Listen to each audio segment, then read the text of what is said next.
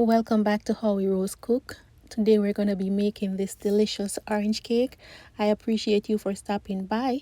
So as we get into the ingredients, we're going to start off by using this amazing butter that I love to use when I'm baking. You also want to make sure that your butter is room temperature, and we're going to allow it to cream along with our sugar. So I'm going to add 1 cup of sugar and we're going to allow that to mix. After a few minutes, I stopped it and I scraped the sides to ensure that everything is being mixed properly. Now we're going to move on to the dry ingredients. Make sure that you measure properly. I'm going to measure 3 cups of all-purpose flour, and to make it more like a cake flour, I'm going to add 2 tablespoons of cornstarch. You can skip that step if you're using cake flour. Next, I'm going to add my baking powder. We're going to add 2 teaspoons of baking powder and 1 teaspoon of salt. After sifting all my dry ingredients, I use my whisk to combine everything. I'm also going to add a 1/4 cup of my vanilla pudding mix in this.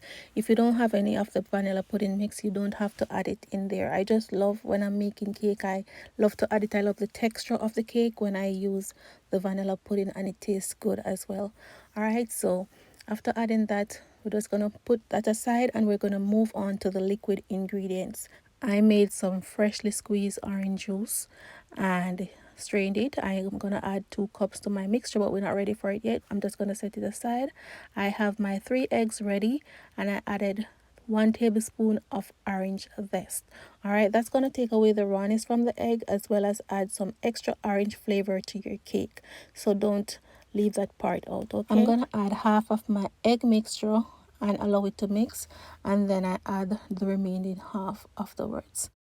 After adding all my egg mixture, I'm going to add 2 tablespoons of sour cream. If you don't have it, that's fine. It is not a main ingredient. What it does, it makes your cake richer and moist. So if you want to add it, if you have it and you want to add it, just add about 2 tablespoons. So once my sour cream mixture is mixed, I slowly add in my orange juice, 2 cups of orange juice, and then 1 teaspoon of vanilla. So after all the liquid ingredients is combined, we're going to go ahead and add our flour. I add it in 2 parts. I add half of the flour mixture and allow it to be mixed in, and then I add the remaining half. So at this time, you want to go ahead and preheat your oven at 330 degrees because we don't want this to bake too fast or too slow. All right, so 330 is good, and I already have my bundt pan already greased. I make sure that it's properly greased, the side, the middle, and also the bottom, because you want your cake to slide out properly. All right, so I use the palm to grease it, and I'm just gonna go ahead, sorry about my hand in the way, I'm just gonna go ahead and add the cake mixture in, and I'm gonna level it off with my little spoon, and then I pop it in the oven. All right, so remember to make sure that your oven is preheated ahead of time and not when the cake is already in the pan, because I don't want it sitting on the counter and waiting. All right, I should have said that in the beginning, but yeah. All right, so now I'm just gonna pop it in the oven, allow it to bake, and then I'm gonna make some cream cheese. This is not necessary unless you want it. I just serve this on the side for those who want, but if not, if everyone in your house is okay with this, you can go ahead and put it over your cake. All right, and decorate your cake and make it look pretty. So I added half stick of cream cheese, 1/4 cup of heavy cream, and you can add your powdered sugar to your taste. All right, we're just gonna whisk that up and set it aside. As I said, you can decorate your cake with it or you can serve it on the side. It all depends on your preference. All right, so we're gonna set this aside, scrape it in our bowl and set it aside. You can keep it in the fridge until your cake is done.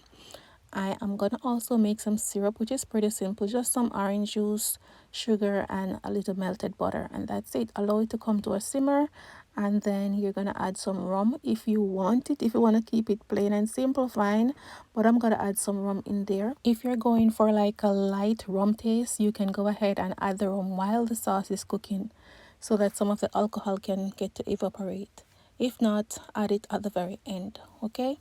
I'm just going around with my knife to ensure that the cake will be able to come out properly without ripping apart. That is why it's very important for you to grease the pan properly so that the cake can come out properly.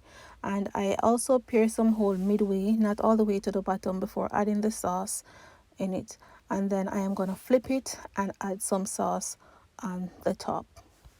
After doing this video, I am convinced that it's time for me to do a rum cake.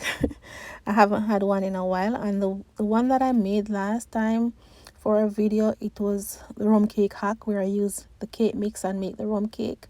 But I'm gonna do one from scratch. Let me know if you guys are interested in that. All right, so now it's all done. I'm gonna just let it cool down, and then I'm gonna cut a slice to show you guys the texture of the cake. All right, it was so soft, so moist, and it tastes really, really good.